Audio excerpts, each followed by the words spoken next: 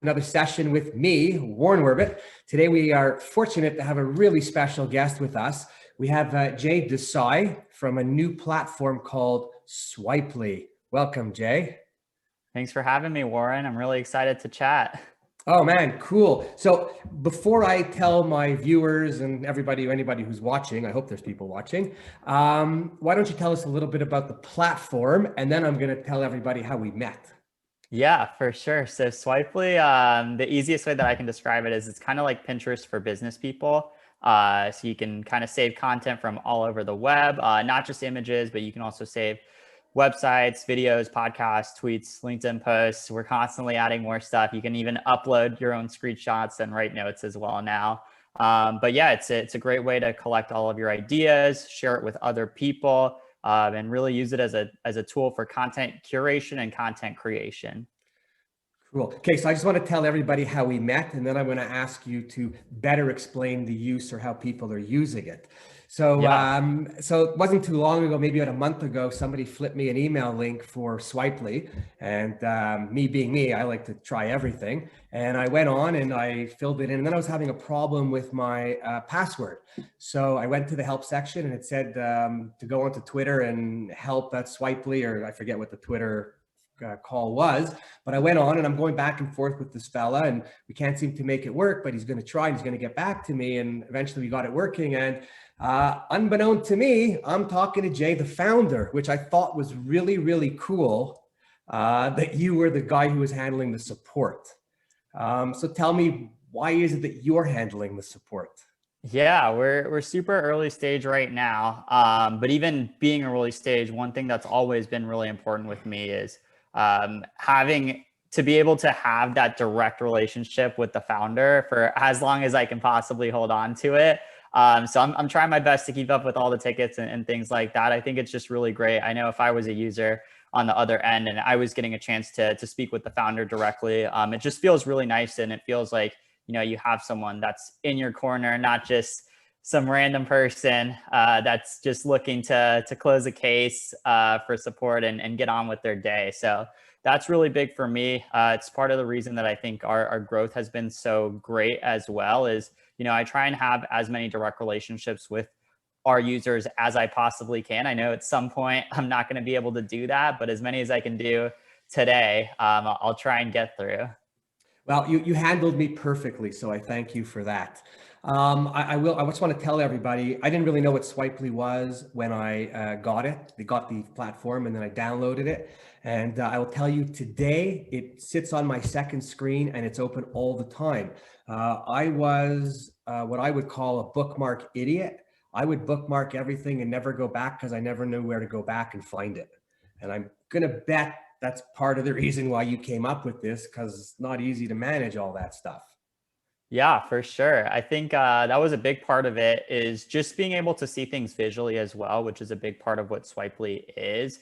I just wanted to really create a nice environment for people to collect ideas. I know me personally, part of the things that were going on as I was building Swipely before the product was originally launched, I was still at my last job, had a newsletter over there, had a podcast, was also working on building my personal brand. And because of that, I ended up collecting a lot of ideas and I found my process really disorganized. And, I'd seen some stuff. I'd actually also been using Pinterest recently as well as I was moving into a new apartment. And I enjoyed how everything was visually displayed and things like that. And I got content recommendations as well. We haven't built that engine in, but I thought it would be great if there would be something like this that would exist for content. So I decided to go out and build it. Yeah, no, I'm actually, I'm enjoying it because on the platform, when you open up the page and you're saving your different pages or whatever it is that you're saving, you're able to break it down into different sections. It could have been an audio, could have been the pages that you're following, right? Maybe you could better explain how you could save things or what makes it so easy. Yeah, it's really fast saving. I think that was something that was really important to me. So, we're on a Chrome extension right now. You can upload your own content and create content as well on the platform now. But what was really always important to me is especially for saving stuff, I didn't want it to be fairly difficult. My process before was kind of copying and pasting links, and I didn't want it to be anything that would take much longer than that. So the way that we built the Chrome extension is, you're on your desktop on your browser and you'll see our little S icon pop up on different items, and you can just click it and quickly just pick a board and save it right there into your dashboard for viewing later. And so that was a really big part of it, was just being able to save really fast. I mean, you can use Swpely in a lot of different ways. I'm sure you can talk about the ways that you're using it, Warren, but for me personally, the ways that I use it, I've used it to kind of collect testimonials on a board from Twitter. So that way I have a public link to share with potential investors and other people who I'm talking with. Another way that I'm using it is for design inspiration for, we're working on a redesign for the platform. And so I'll just save cool ideas that I see as well, and I'll upload screenshots in there. I also save it as a resource hub. So, I also host a podcast in the little spare time that I have. And whenever we post podcast episodes, I guess the research piece, I'll save different ideas that I find and things like that I want to link back to the episode, and I'll grab them and use them over there. But really, Swpely is fully customizable, fully configurable. There are so many different ways you can do it: onboarding resources, design inspiration, just a lot of different ways that you can kind of house everything. Well, when you were thinking of it, were you thinking of it for any particular industry or sector? Yeah, I think, we're really building for marketing people first. I was a marketer. I still am. I still consider myself a marketer to this By the day. way, once a marketer, always a marketer.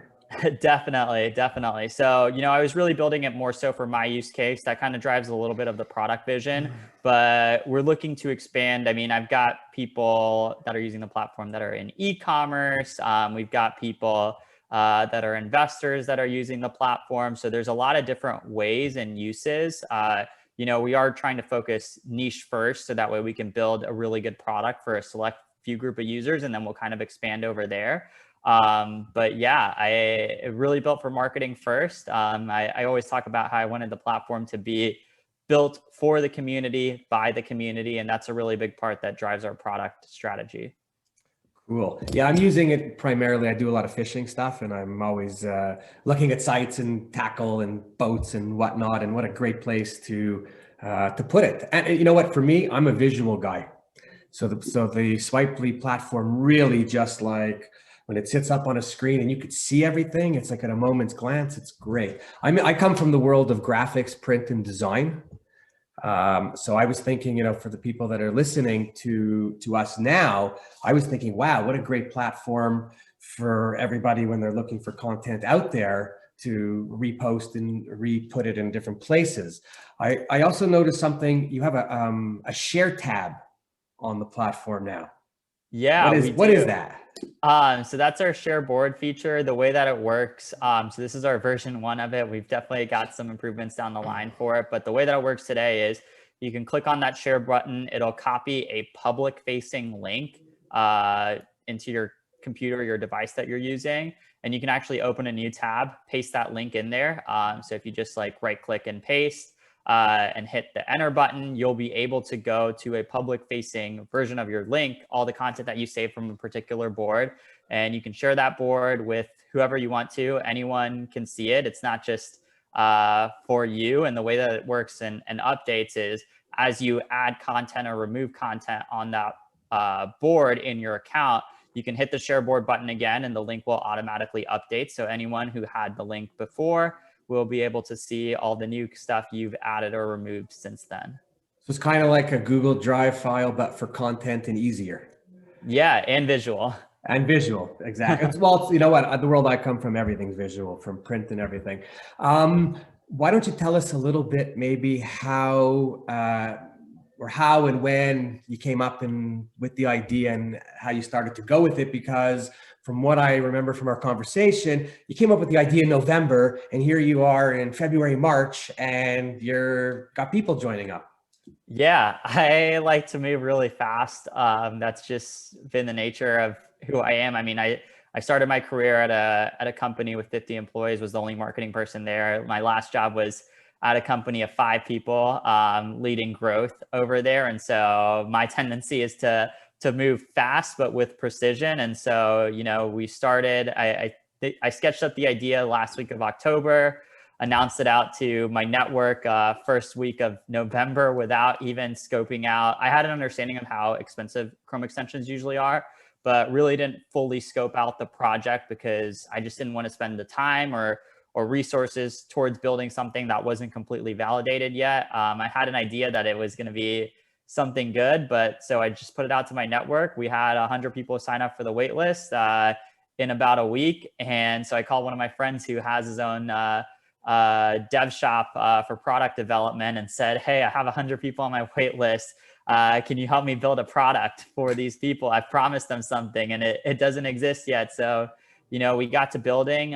We put together like a private beta in between launch and the actually building the idea from scratch. And then we launched February 22nd, hit 1,000 users within 23 days. And now Amazing. we are a little over 1,600, although I haven't really sent out any more invites. We've kind of slowed down on our growth intentionally so we can kind of focus on the users that are already in the platform right now. Oh my God, it's like very exciting. Yeah. So when do you have time for anything else? You're answering tweets, you're fixing problems, you're developing, you're going out there to, you know, I guess raise some money soon. When do you sleep? Yeah, it just starts with a lot of structure in my day. I think just really hyper focus. You know, I've got to give a shout out to my girlfriend who's incredibly helpful. And putting up with you. And putting up with me to help manage my day and everything like that. So that's definitely been a huge help. But, you know, having a strong schedule, really staying focused, really focusing on deep work when I get a chance. You know, I like to think very deeply when I jump into work. And so that's a big part that helps to drive growth. And yeah, there's no magic formula, no secret sauce. I don't have an extra 3 hours a day that I pulled out of a hat. But yeah, that's really my process. I think any entrepreneur could relate to you because anybody who gets into anything, it is what it is. You put the hours in, it's 7 days a week. I used to think when I started my business that that my brain was a computer that was broken that would never turn off. I would just hear the hard drive all the time going spinning, spinning, spinning, spinning. You know, I remember when I started my printing company, the first order I got, I mean, I was a little crazy too, a little bit like you. First order I got was for 1,500 letters to be stuffed into envelopes. And at the time I was so new to it, I basically licked every envelope because I didn't know at the beginning of my career in print that there was a device that could lick the envelopes for you. So at the end of my first day, I was like, with a swollen tongue, but we all do what we have to do. Where do you see this going? Yeah, I think there's a lot of different things that we have on the horizon. I think in the short term, what we're launching is our creator program, which is basically going to allow people, anyone that's curating or creating on the content, anyone who has a Swpely account, to be able to monetize their account. So they'll be able to gain subscribers. Subscribers are going to pay them $5 a month to access content that they decide to mark as premium within their content. So there'll be 3 different types of visibility. It'll be either visible to you, visible publicly, or premium content. And so anyone will be able to subscribe to you for $5 a month. Swpely is going to take 8% of that for us to be able to grow and scale. That's actually on the low side, but that's very admirable of you.